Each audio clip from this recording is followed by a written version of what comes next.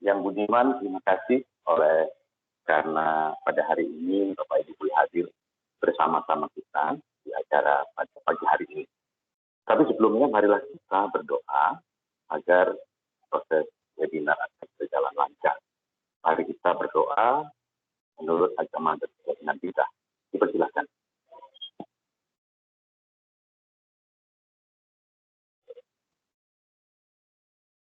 Berdoa dapat diakhiri, Bapak. Ya, perkenalkan, saya Daniel Ginting. Pada saat ini, izinkan saya menyampaikan beberapa latar belakang dari kegiatan webinar pada pagi hari ini. Bapak Ibu, pertama-tama tentunya kita berterima kasih kepada Pak Au dan Pak Patris yang boleh menyediakan waktu buat kita berbagi pengalaman dan pengetahuan bagaimana mengajar kelas jarak jauh. Dan tentunya kita juga selalu senantiasa bersyukur pada Tuhan oleh karena kita diberikan kesempatan bisa bertemu satu dengan yang lain dan berbagi melalui acara pada pagi hari ini. Bapak Ibu, ini webinar mengambil tema prinsip-prinsip mengajar kelas jarak jauh ini adalah satu hal yang sangat relevan. Ya, saya katakan relevan oleh karena pemahaman tentang prinsip-prinsip ini tentu akan membantu kita di dalam mendesain, mengelola, memfasilitasi kelas jarak jauh yang akan dan dipastikan akan kita langsungkan pada semester depan. Jadi harapan kita melalui sharing pengetahuan dan pengalaman yang disampaikan oleh Pak Patri dan Pak U, kita bisa mengolahnya menjadi satu informasi yang sangat baik, menjadi satu rambu yang baik, agar tujuan pembelajaran kita, agar yang menjadi harapan kita sebagai pengajar dan harapan mahasiswa yang diajar bertemu di titik koordinat yang relatif sama. Bapak Ibu, kalau kita berbicara kelas jarak jauh ini, kita tidak bisa terlepas dari teknologi. Karena kita tahu bahwa teknologi, informasi, dan komunikasi atau platform digital dalam penelitian yang luas adalah satu media yang memediasi, yang memampukan kita untuk melakukan kelas jarak jauh. Hanya yang menjadi persoalan adalah bagaimana teknologi yang saya ibaratkan sebagai tanda petik kuda liar itu menjadi kuda jinak yang bisa kita tundukkan, yang mengantarkan kita kepada sebuah destinasi. Nah, ini adalah satu hal yang mungkin harus kita cermati. Kalau kita berbicara tentang teknologi dalam hal ini, digital platform atau media apapun, rasa-rasanya tidak salah kalau kita kemudian menengok sedikit ada satu teori kognitif pembelajaran multimedia yang menyatakan bahwa sebetulnya salah satu faktor yang mempengaruhi pencapaian tujuan pembelajaran ya, atau bagaimana pendidik mampu menyelaraskan instruksinya dengan satu tujuan pembelajaran itu tergantung kepada kemampuan dia mengolah instruksinya dengan cara berpikir manusia. Nah, kalau kita menengok sedikit teori ini, dia mengatakan ada yang disebut dengan teori Clarke model. Jadi ada 3 elemen yang harus diperhatikan dalam proses berpikir manusia. Yang pertama, bahwa manusia itu mengolah informasi oleh karena ada 2 saluran, ada 2 channel.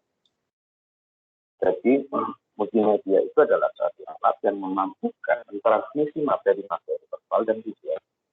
Verbal itu bisa dalam bentuk teks dan narasi audio suara.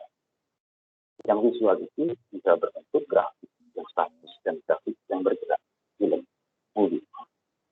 Ini masuk ke sensor manusia dan diolah oleh 2 saluran, yaitu saluran yang disebut saluran verbal dan salah satu saluran visual.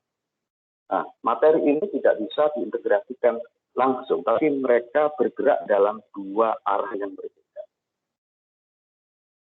Nah, itu yang pertama, model yang pertama. Nah, model yang kedua, setelah ditransmisikan, itu tidak semua informasi itu dimasukkan. Ada satu proses seleksi. Karena di dalam proses mengolah informasi, itu kapasitas memori manusia terbatas. Sehingga pertanyaannya, yang mana yang terseleksi dan efektif? Baru kemudian model yang ketiga, ada satu proses di mana elemen-elemen yang diterima tadi yang menjadi suatu bentuk intik olahan yang baru itu harus tersambung dengan yang disebut skema atau pemahaman siswa kita terhadap topik yang diajarkan. Itu harus diajarkan menurut teori kognitif media learning. Nah, saat ini kita akan mendengar pemaparan dari kedua narasumber kita yang terkait dengan pengalaman mereka mengajar di kelas jarak jauh. Bapak Ibu, apa yang saya sampaikan itu adalah satu model teoritis tadi ya, yang sifatnya teori. Tetapi sebetulnya kalau menurut saya pribadi, hal yang praktis yang berangkat dari pengalaman itu sepertinya jauh lebih berharga. Kenapa? Saya mengibaratkan seperti ini Bapak Ibu. Ini pengalaman juga pribadi ya. Antara misalkan penyuluh gitu, penyuluh pertanian dengan petani. Kalau disuruh menanam agriculture product itu kadang yang petaninya itu yang lebih hebat daripada penyuluh. Oleh karena itu marilah kita mendengar dari pengalaman praktis yang akan disampaikan oleh Pak Patris dan Pak On. Mau izin bertanya, ini yang pertama ini siapa? Pak Patris atau Pak On? Oh, Pak Patris ya. Pak Patris? Sudah siap, Pak? Ya, Pak, sudah. Silakan, Pak.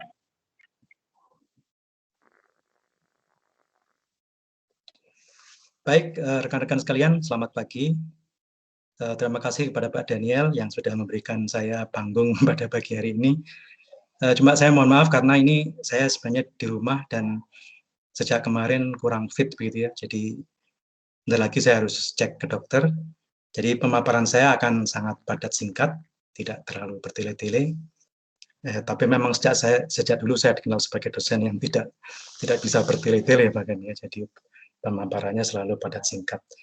Jadi apa yang saya mau sajikan itu adalah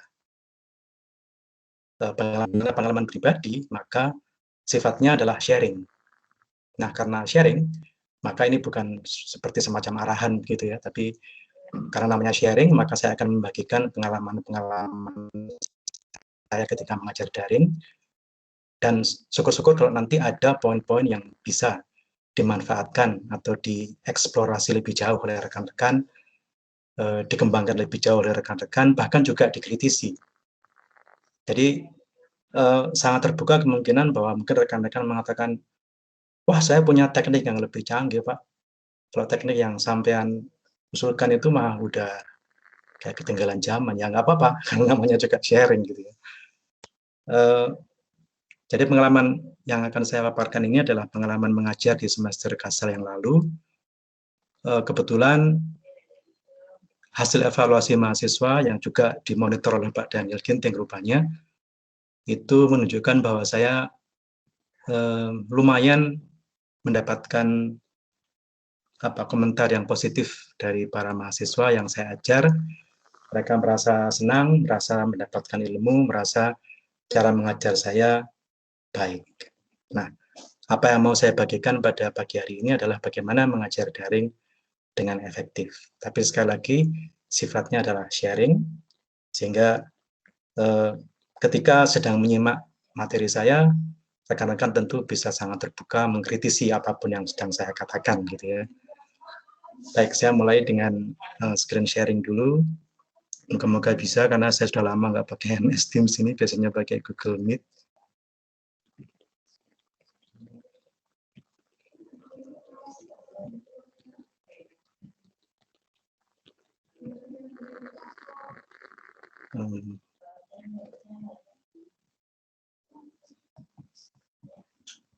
Oke.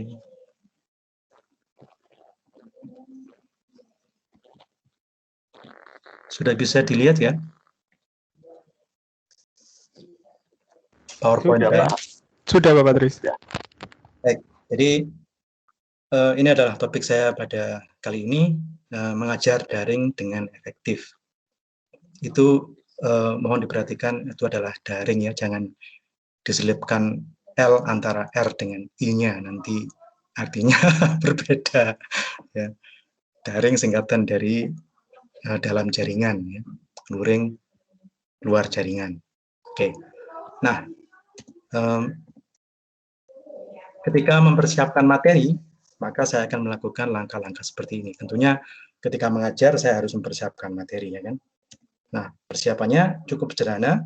Jadi saya akan merekam video penjelasan saya tentang satu konsep, dan panjangnya tidak lebih dari 20 menit. Ya, jadi kalau mahasiswa melihat video di channel saya, di channel YouTube saya, tidak akan menyupai omongan dosanya yang lebih dari 20 menit. Ngomong karpe diewe sampai 30 menit itu nggak ada. Ya, jadi saya senantiasa mempersiapkan materi yang tidak lebih dari 20 menit. Ya, kenapa demikian? Ya karena saya bisa merasakan sendiri, ya, sengsaranya seorang mahasiswa dipaksa mendengarkan uraian satu arah dari dosennya selama lebih dari 30 menit.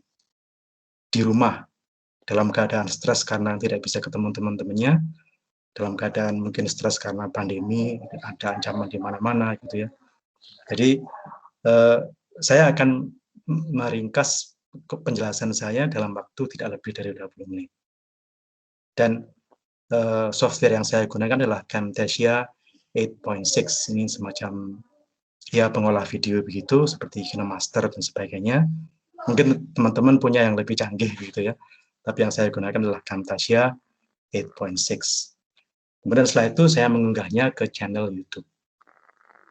Nah, ini adalah materi penjelasan, materi ceramah yang saya berikan di channel YouTube, yang nantinya bisa diakses oleh siapapun juga, termasuk oleh mahasiswa saya.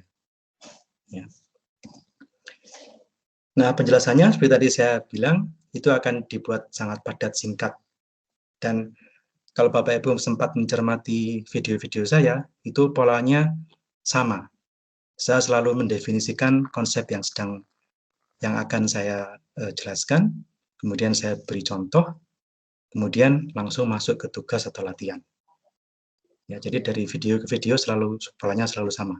Definisi, contohnya, kemudian tugas atau latihan singkat. Ya. Misalnya kalau saya akan mengemukakan saya sedang kuliah tentang wacana, discourse. Apa itu discourse? Maka saya akan mendefinisikannya. Discourse atau wacana adalah teks yang mempunyai tujuan berbicara tentang satu topik dan bisa dimaknai. Contohnya adalah pengumuman di papan pengumuman di kampus. Teks itu bisa dibaca dan dipahami oleh mahasiswa, punya satu tujuan, yaitu memberitahukan misalnya tentang pembayaran SPP misalnya, ya. Dan koheren artinya semua gagasan yang ada di sana itu menuju pada satu topik. Tidak akan kemudian dia ngomong tentang di mana beli rujak cingur yang paling enak di Malang. Nggak ada seperti itu. Kalau soal membayar SPP ya semuanya akan menuju kepada pembayaran SPP. Ya, contohnya seperti itu. Ya.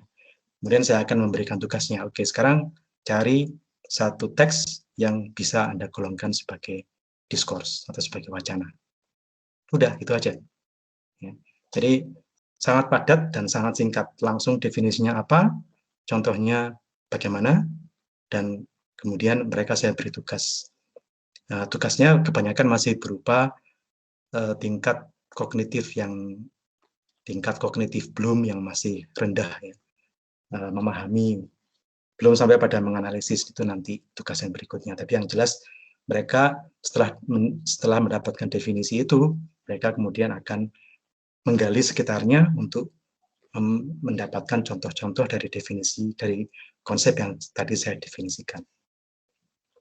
Nah, jadi persiapannya sesederhana itu kalau saya. Ya. Kemudian ketika pembelajaran, ketika misalnya hari Jumat saya mengupload video, hari Seninnya saya ketemu mereka di kelas secara daring tentunya. Nah, apa yang saya lakukan? Saya akan pada menit pertama saya akan menyuruh mahasiswa untuk mendengarkan video penjelasan tadi.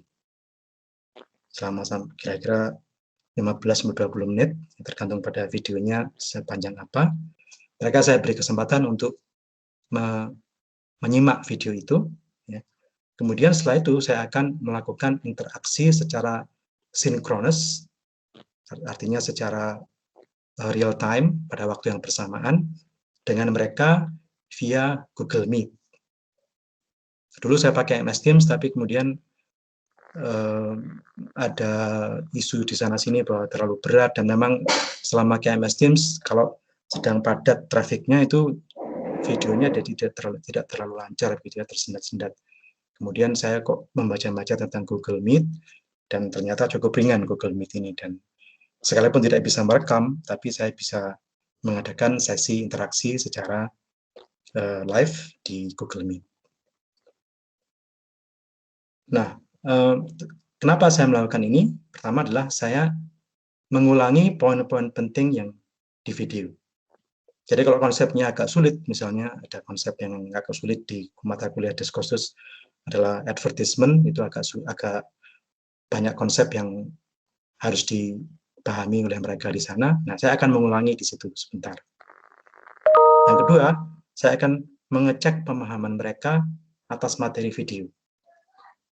Jadi saya akan bertanya, oke, seberapa jauh tadi Anda memahami uraian saya? Apakah ada kesulitan? Apakah ada pertanyaan? Apakah ada bagian yang tidak jelas? Kalau ada bagian yang tidak jelas, ya saya akan ulangi secara live di situ. Nah, itu adalah satu tindak pembelajaran di mana saya menampilkan video, meminta mahasiswa untuk menyimak, kemudian secara interaktif bertanya kepada mereka untuk mengecek pemahaman mereka, dan yang kedua kadang-kadang juga mengetes mereka seberapa jauh mereka sudah memahami materi saya. Ya. Nah, setelah mereka menyerahkan hasilnya atau jawabannya masing-masing di kolom chat atau di MS Teams dan sebagainya, saya usahakan untuk memberikan komentar atas jawaban mereka dengan menyebutkan namanya.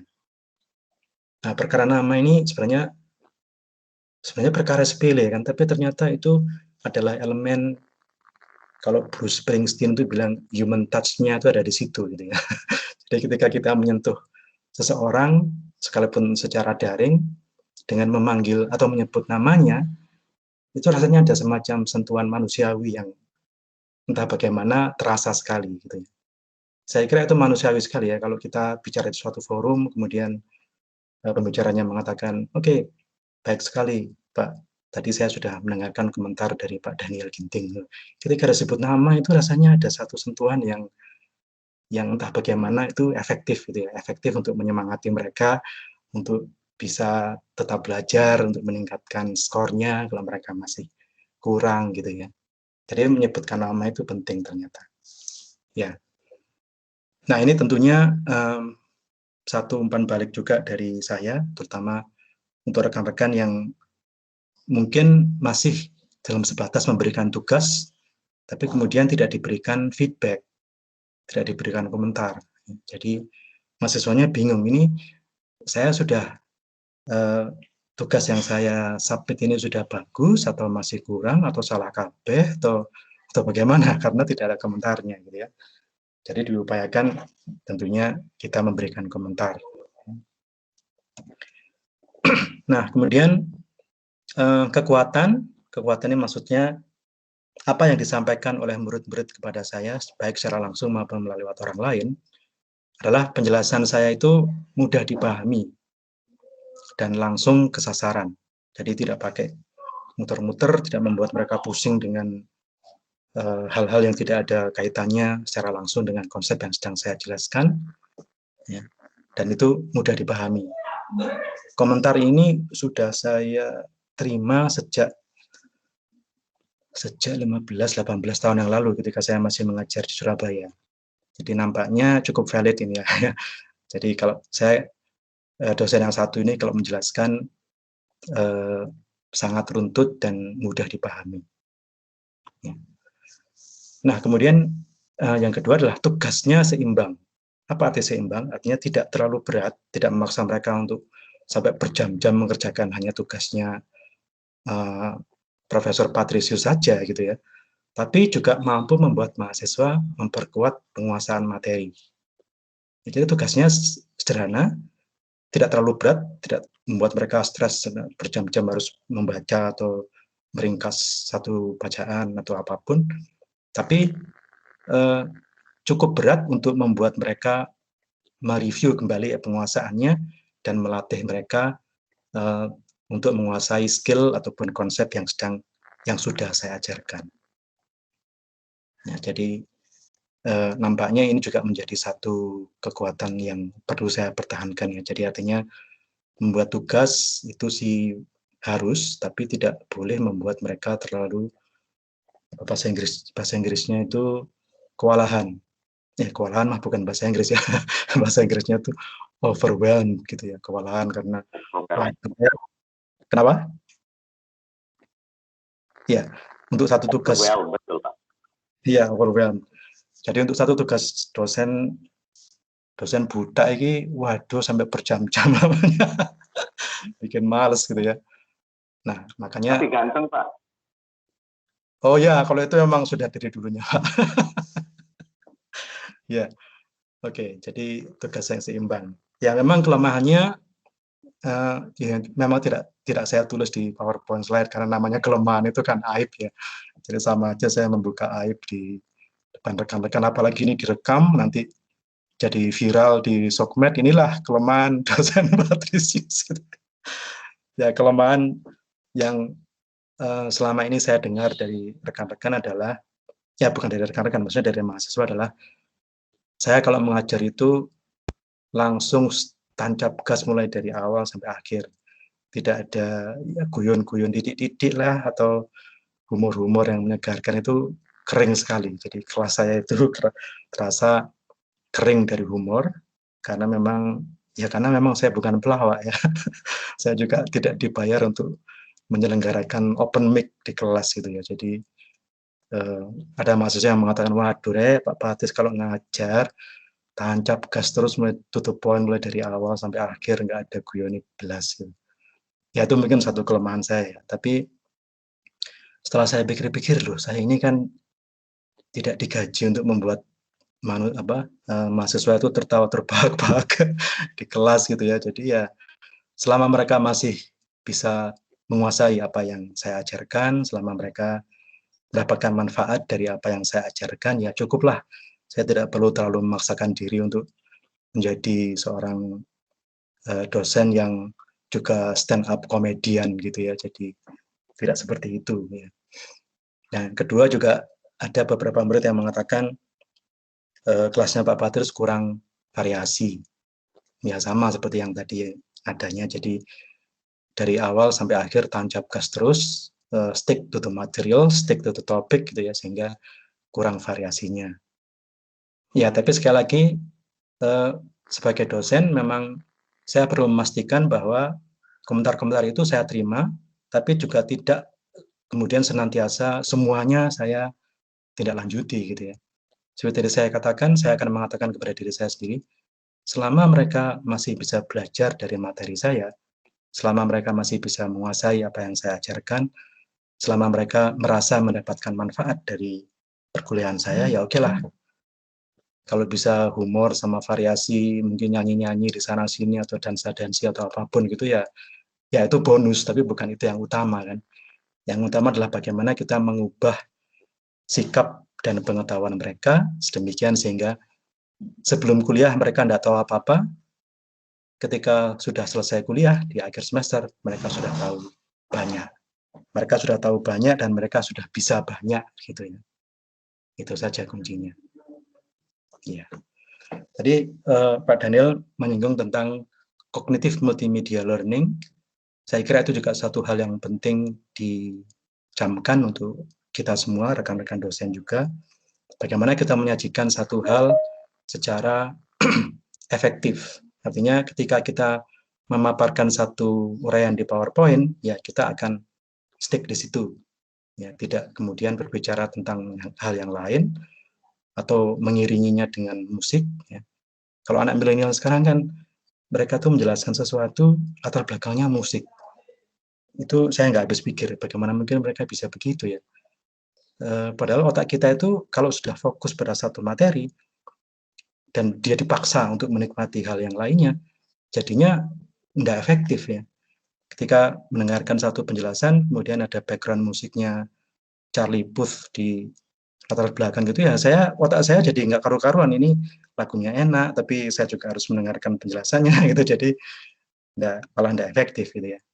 Ya kalau mau main musik nanti aja kalau sudah istirahat, tapi kalau ketika kuliah ya kita meminta mereka untuk fokus pada penjelasan kita, fokus pada interaksi yang sedang kita lakukan begitu. Ya, saya kira itu rekan-rekan. Mohon maaf memang materinya padat singkat dan tunjuk poin gitu ya. To the point itu kan bahasa Inggrisnya tunjuk poin gitu ya. Artinya langsung pada sasaran, tidak ada basa-basi di sana sini. Tapi saya kira itu yang bisa saya sampaikan. Terima kasih Pak Daniel. Saya kembalikan kepada Daniel. Terima kasih Pak Patus, luar biasa. Terima kasih sekali Pak, dalam kondisi yang saat ini Pak Patus masih bersedia menyampaikan poin-poin yang sangat penting. Sebelum Pak Onu menyampaikan materinya, mungkin saya sedikit highlight, mohon izin ya Pak Patus dan Pak Onu ya, Bapak Ibu, bahwa apa yang saya sampaikan Pak Patus yang pertama adalah penting bagi kita untuk menyiapkan sebuah materi yang penting-penting saja. Penting-penting saja. Jadi hal-hal yang tidak terkait dengan materi atau tujuan dari apa yang kita ajarkan tidak perlu. Kalau kita melihat lagi dari teori kognitif multimedia learning, Bapak Ibu, kita kenal ada yang disebut dengan extraneous load atau extrinsic load. Extrinsic load adalah satu potensi di mana gangguan itu muncul hingga menguras cara mahasiswa atau siapapun yang terekspos oleh materi informasi itu. Kenapa? Karena ada split atensi yang harus dibagikan oleh memori tadi. Sehingga ketika ada satu elemen materi yang tidak berhubungan dengan pembelajaran, itu dianggap mengganggu dan menguras energi kognitif. Dan itu harus dihilangkan. Salah satunya adalah background musik. Misalkan background musik yang tidak ada hubungannya dengan materi pembelajaran itu tidak harus dihilangkan. Nah, yang lainnya adalah hal-hal yang tidak terkait dengan materi pembelajaran atau animasi yang tidak ada relevansinya dengan metode atau materi yang akan diajarkan. Animasi, kemudian musik, itu sangat mengganggu. Coba kita bayangkan Bapak Ibu, ketika kita tiba di sebuah website, kita ingin mendapatkan informasi tentang satu topik yang kebetulan ada di website itu. Seringkali kita terganggu dengan animasi, dengan gerakan-gerakan advertisement yang tidak ada hubungannya dengan konten yang kita baca. Tetapi akhirnya karena ada itu, atensi kita terdistraksi dan terjadi distraksi terhadap materi itu. Itu yang terjadi. Makanya di dalam teori cognitive load of multimedia learning dikenal adanya prinsip coherence. Jadi semuanya menyatu kepada materi yang diajarkan itu yang disampaikan oleh Pak Patri. Poin yang kedua, Pak Patis tadi menyebutkan adanya penting kita melihat adanya unsur manusia di dalam proses belajar dengan multimedia. Itu yang disebut dengan prinsip personalization. Jadi apa yang disampaikan Pak Patis itu betul sekali.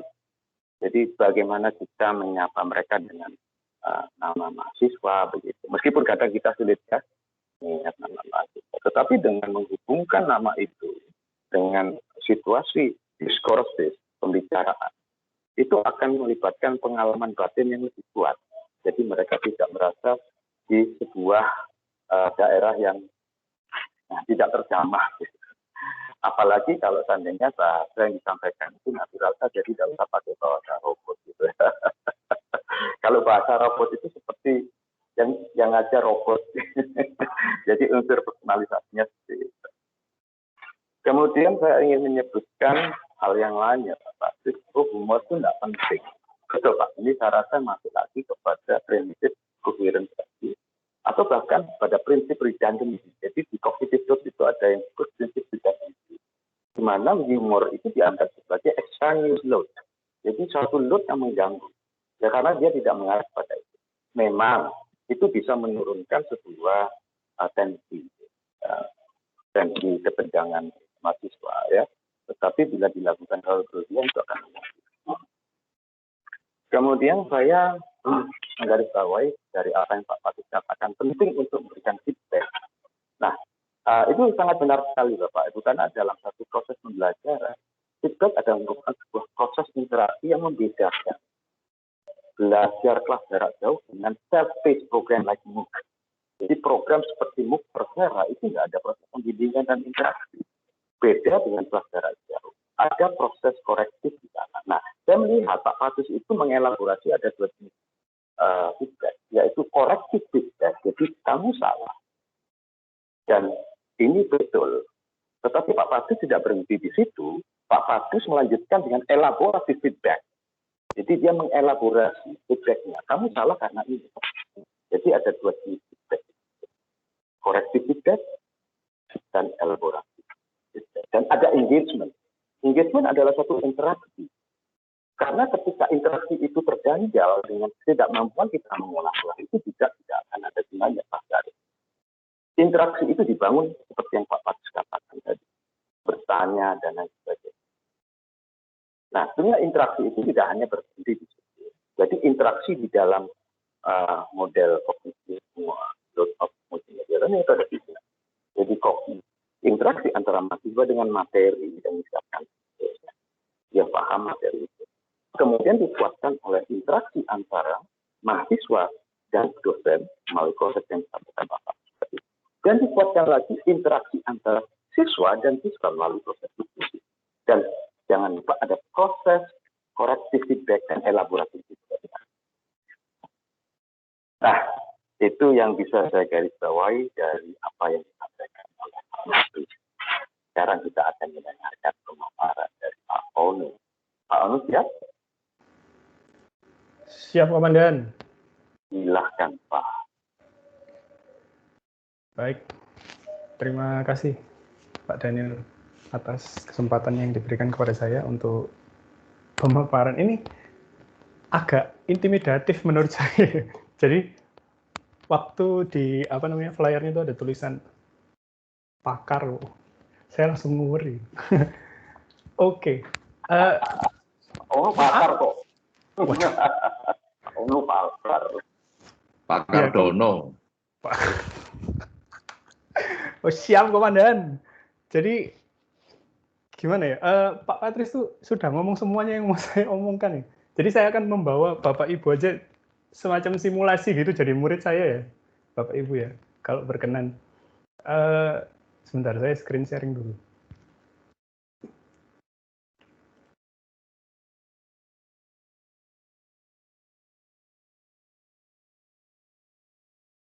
Nah, ini adalah hal yang sangat saya jaga sebenarnya ya, pemberian silabus ini. Jadi kalau bisa jangan memperlihatkan RPS ke mahasiswa atau membagikan RPS ke mahasiswa, karena nggak bakal dibaca.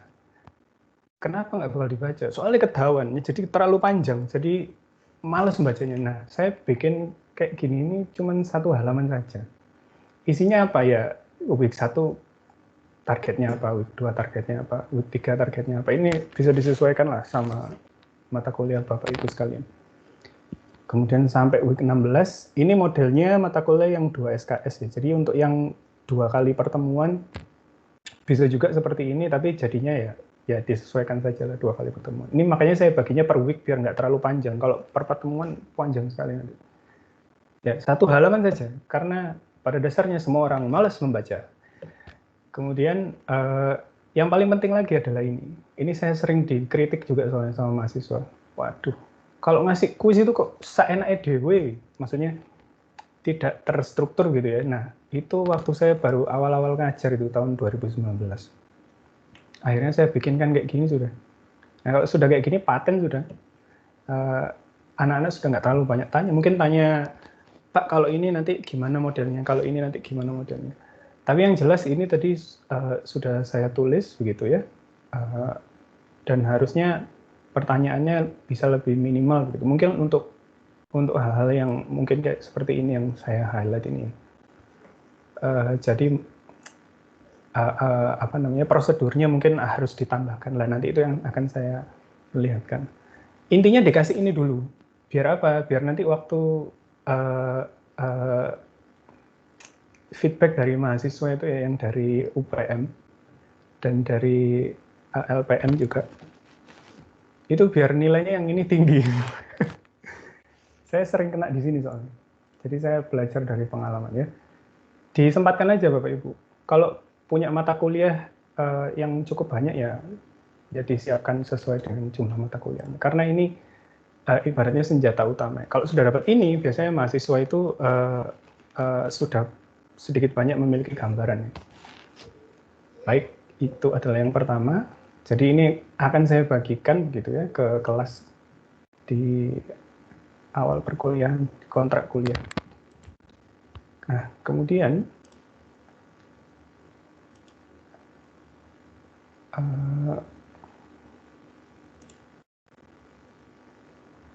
bentar, saya screen sharing lagi.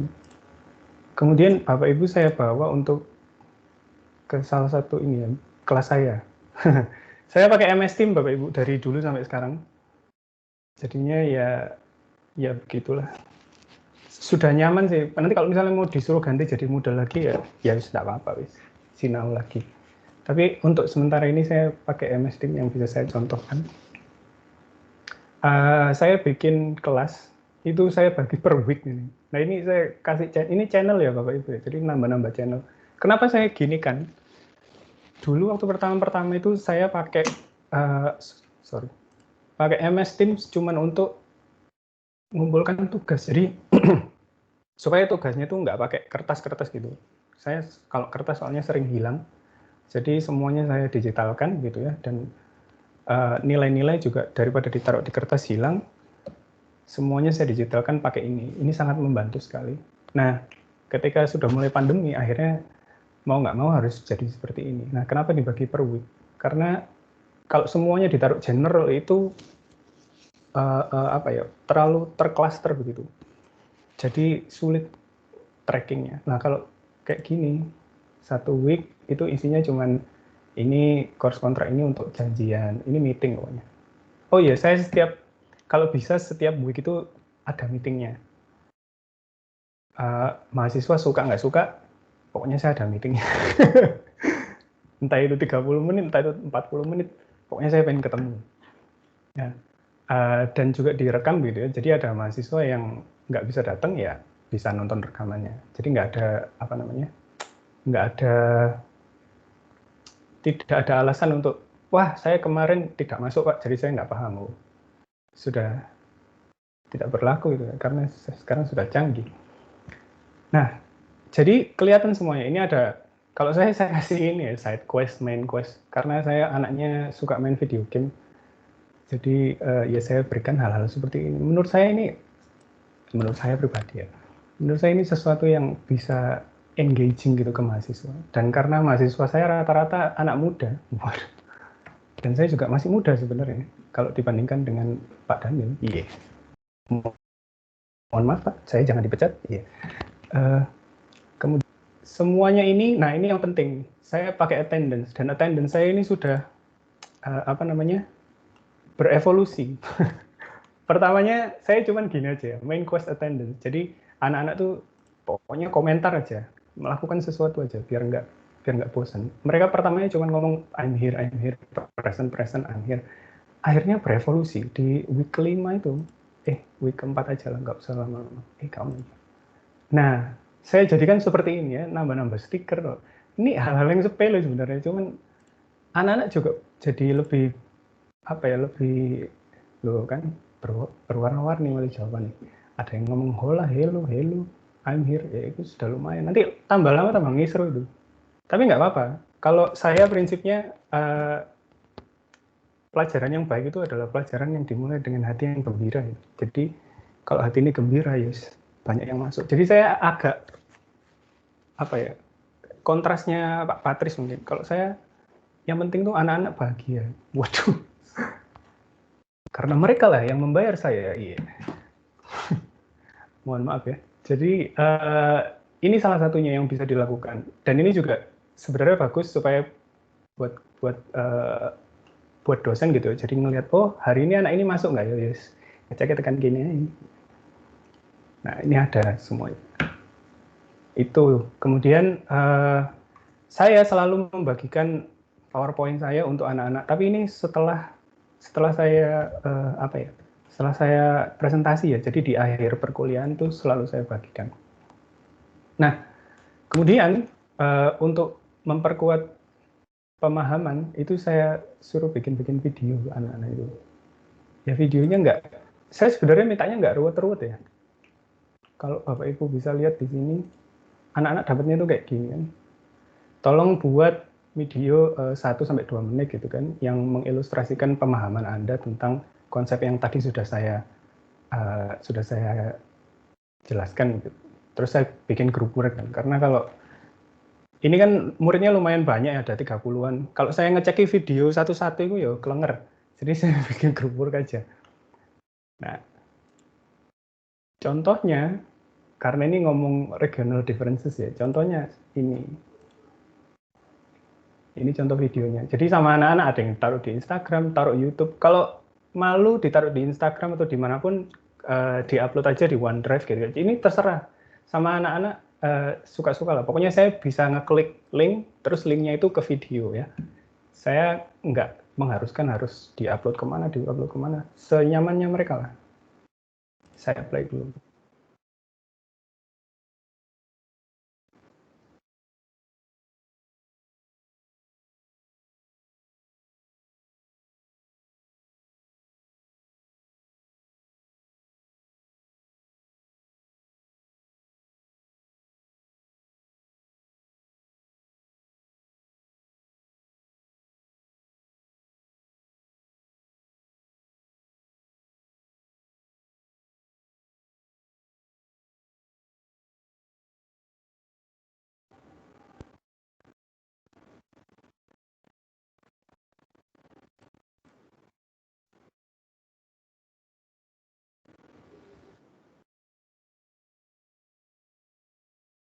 Suaranya kok hilang ya? Pak Onu, suaranya kok nggak tak tangkep ya? Kenapa ya? Oh iya, maaf. Sebentar. Sudah masuk kok. Oh sudah masuk. Siap.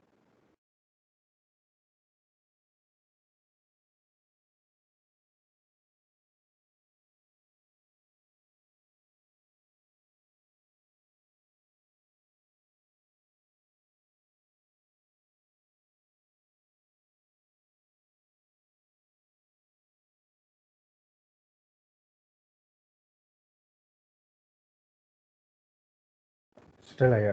Intinya seperti itu. Jadi tadi ada yang nggak kedengaran suaranya ya. Mohon maaf.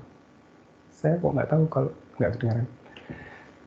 Intinya adalah anak-anak bikin. Ini salah satu yang bagus saja. Jadi saya kasih nilai yang bagus. Yang bikinnya biasa-biasa juga banyak.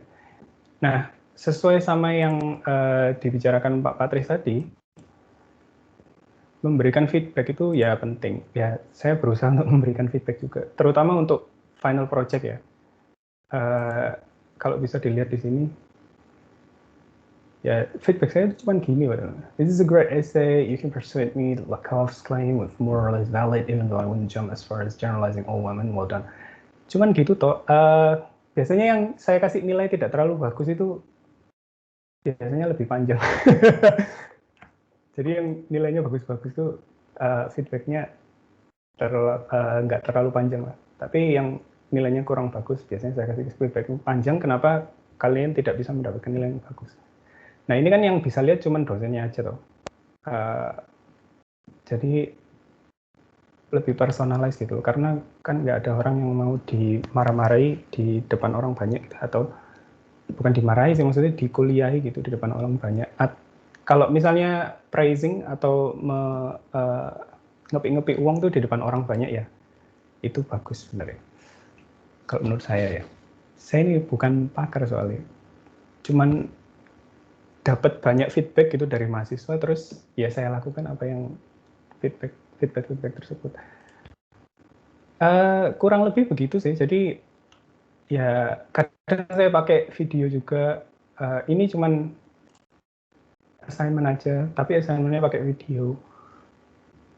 Ya mungkin Bapak Ibu sekalian juga sudah melakukan hal tersebut. Tapi karena ini assignmentnya ABC-an ya, bukan. Nah, kayak gini. Kan kalau nggak menggunakan Google Form apapun itu supaya apa? Supaya itu nggak hilang gitu ya. Terus supaya saya tahu kalau nyari lagi buat pas masukkan nilai itu ya ini seperti ini. Dan kalau misalnya pakai form ini sangat membantu sekali bagi saya pribadi yang sering lupa nilai dan segala macam. Dari sini juga saya bisa kelihatan kan anak-anak yang rajin kuliah siapa, yang nggak rajin kuliah siapa. Begitu. Kemudian kenapa saya mendapatkan nilai yang cukup tinggi juga? Saya nggak tahu sebenarnya. Dari feedback yang saya lihat itu ya kebanyakan ngomongnya, wah, Pak Onu lucu, Pak Onu, aku ini dosen tak badut mungkin. Maksudnya gitu ya. Mungkin saya nangkepnya ya itu tadi, karena kalau bahagia ya dapat ilmu gitu. Kalau nggak bahagia tertekan, apalagi kalau nggak senang sama dosennya ya sulit. Karena saya dulu pernah juga nggak suka sama dosen saya gitu. Jadi pas setiap masuk kelas ya tertekan. Itu waktu sarjana dulu ya, waktu masih muda. Kalau pas S2 ya seneng nggak seneng ambil dosennya harus kuliah. Gitu. Jadi motivasinya yang berbeda. Dari saya sepertinya nggak terlalu banyak ya. Mungkin ada yang mau ditanyakan saja. Intinya itu saja sih, pengelolaannya ya. Kemudian feedback yang dari mahasiswa itu juga diperhatikan. Itu aja kunci dari keberhasilan. Iya. Baiklah. Terima kasih Bapak Daniel. Saya kembalikan ke Pak Daniel. Terima kasih Pak O, pemaparannya yang sangat komprehensif dengan disampaikan secara yang sederhana tapi mengena buat kita semua Pak.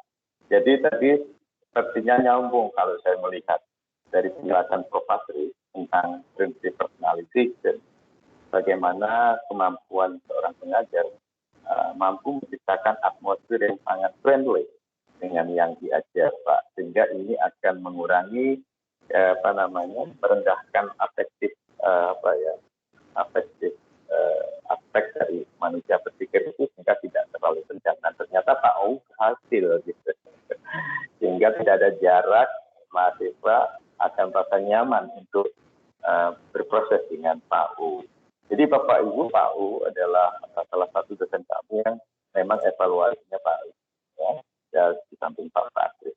Baik, sekarang Bapak Ibu diizinkan untuk bertanya, kita berinteraksi mungkin ya, akan lebih menarik dan mengena nanti apa yang disampaikan.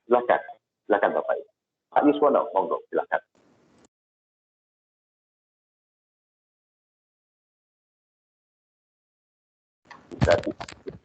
Silakan Pak. Pak Yuswono, mikrofonnya masih mati Pak. Mikrofonnya dihidupkan dulu. Pak lainnya, monggo ya.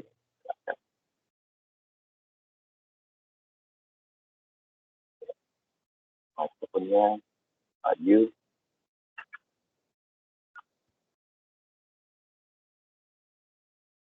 Tidak bisa, Pak Yu, monggo. Nanti bisa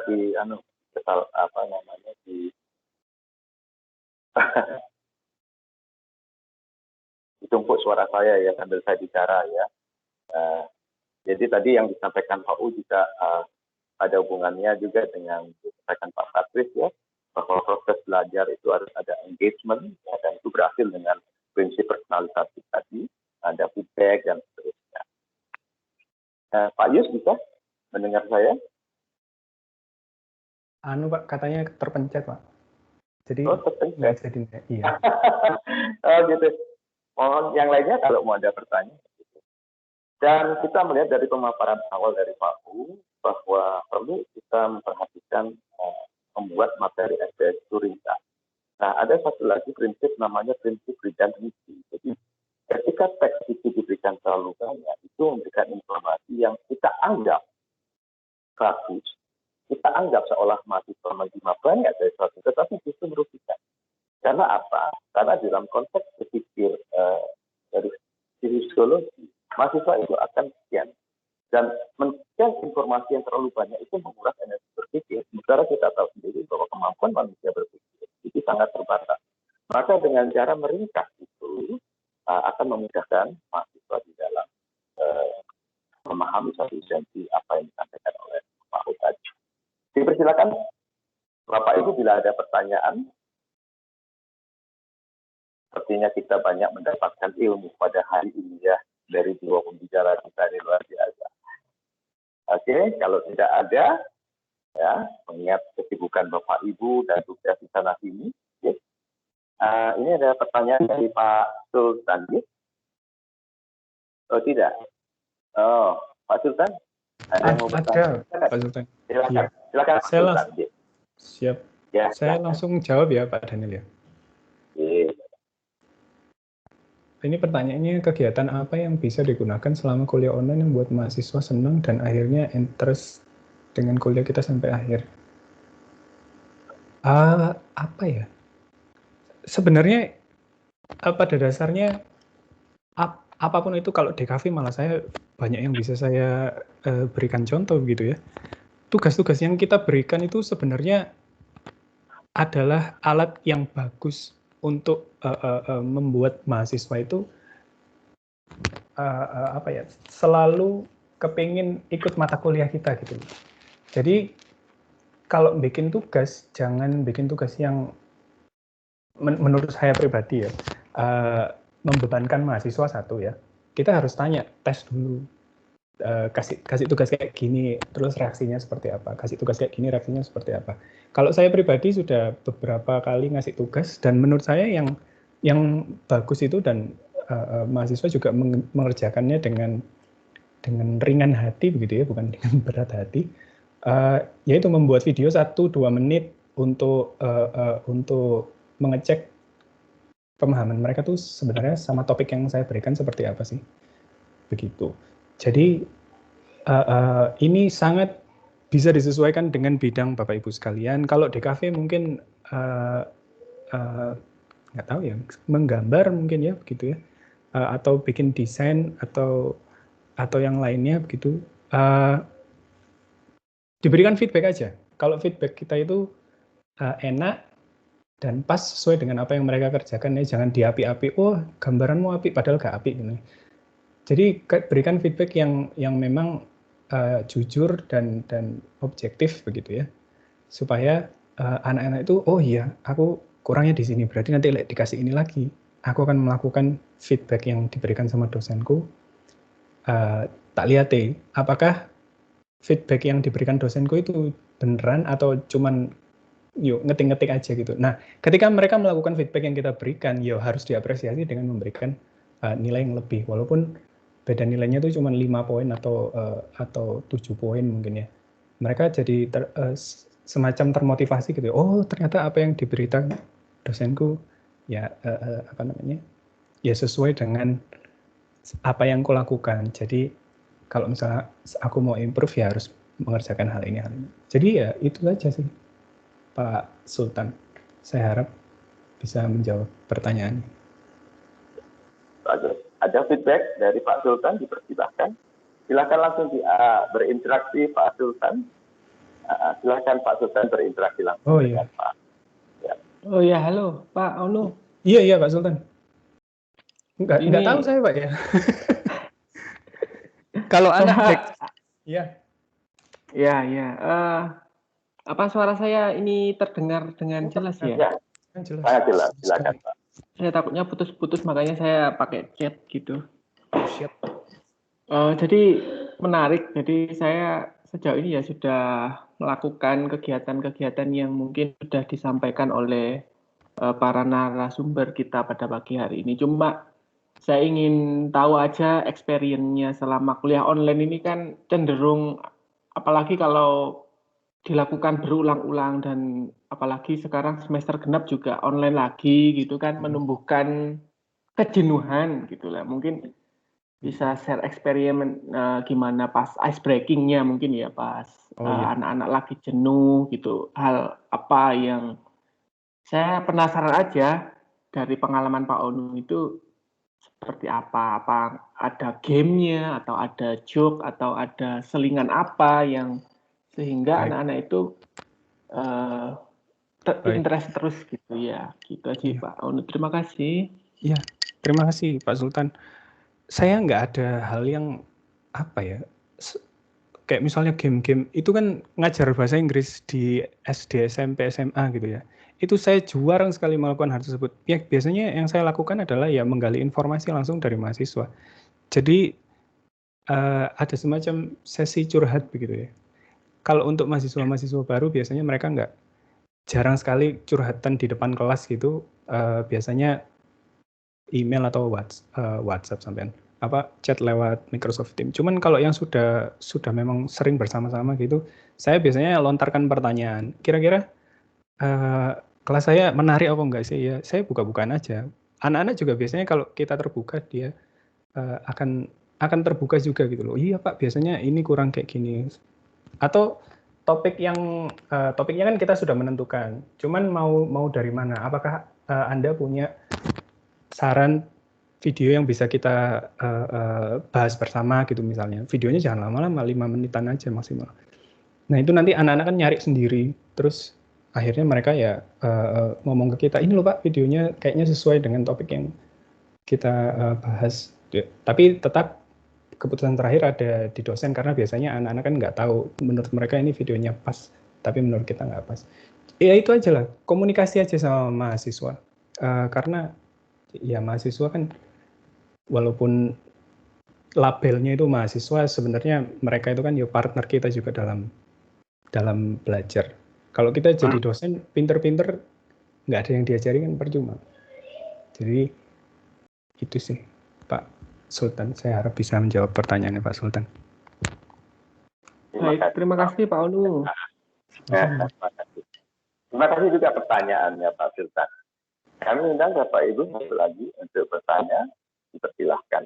Sebelum bertanya, saya mau menyampaikan pengalaman saya juga Bapak Ibu, bahwa beberapa saat yang lalu saya mengajar mahasiswa pasca sarjana untuk mempersiapkan mereka tes TOEFL. Nah, kebetulan mahasiswa-mahasiswa ini di konteks kampus lainnya, itu adalah mahasiswa yang berasal dari departemen bukan bahasa Inggris.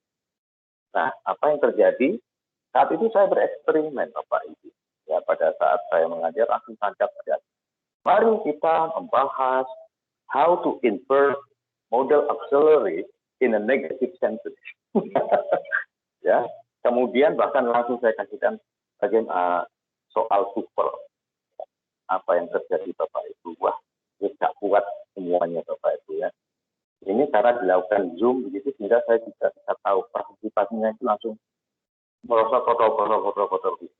Karena apa? Karena di dalam materi yang sangat baru sama sekali, itu memuat satu elemen yang baru yang sulit dihubungkan dengan pemahaman mereka yang disebut dengan skema. Nah, ketika mahasiswa-mahasiswa tadi tidak bisa menghubungkan apa yang saya berikan dari topik yang baru, yang terjadi adalah frustrasi. Yang ini yang disebut dengan ada gangguan di dalam task yang kita buat yang disebut dengan intraneous load. Jadi suatu kesulitan karena ada elemen baru yang tidak dikenali oleh pengalaman belajar mereka atau background knowledge. Dan ini sangat tidak efektif. Ya. Sehingga yang lebih baik memang ada satu keseimbangan. Tapi Pak Sultan mengatakan gimana kalau hal yang awal itu diawali dengan game dan lain sebagainya atau humor. Menurut saya boleh-boleh saja dengan satu tujuan bahwa ini adalah mengurangi satu tensi. Tetapi tidak boleh dibuat menjadi terlalu berlebihan. Karena dia menurut teori psikologi kognitif dia akan menjadi extraneous load.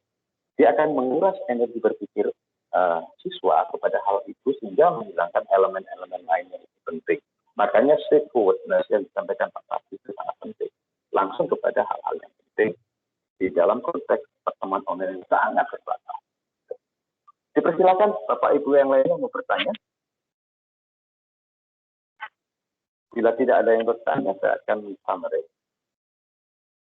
Bapak Ibu, ketika kita akan menjalankan proses kegiatan pelajaran ke depan, workshop hari ini atau webinar hari ini memberikan kita beberapa poin penting. Yang pertama adalah desain sebuah instruksional yang efektif itu sangat berpengaruh dan sangat dipengaruhi oleh cara manusia berpikir. Nah, cara manusia yang berpikir itu sangat terbatas, cara memori manusia mengingat itu sangat terbatas sekali. Nah, bagaimana caranya?